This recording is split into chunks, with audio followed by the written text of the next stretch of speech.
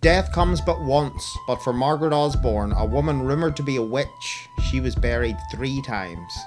Margaret's tragic story begins in 1916 in the quiet outskirts of the Mid Ulster town of Magherafelt in the townland of Kilshinny. It is whispered she was found dead in an outbuilding, her life cut short by her own hand.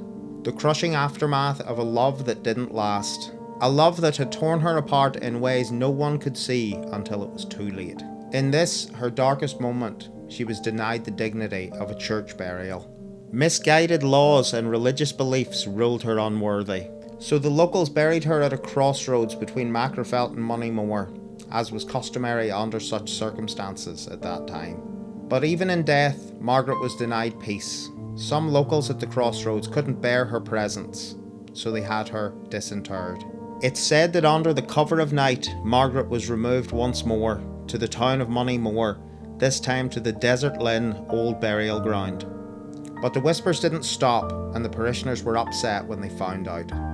Once again, the laws and misguided beliefs came between Margaret and her resting place. Gossip spread like wildfire, tongues wagging, talk of this witch having to be denied burial on consecrated ground.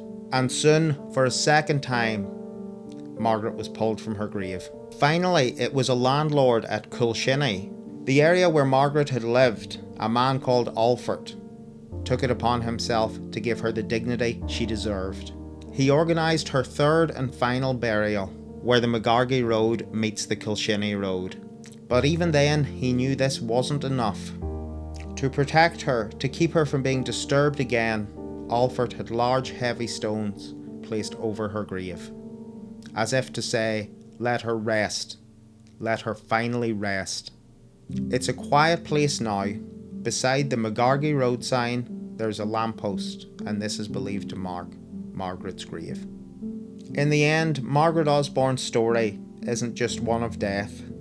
It's one of cruelty, of shame, and of a society so caught up in fear and judgment that it couldn't see the woman, the human being, beneath the gossip and labels.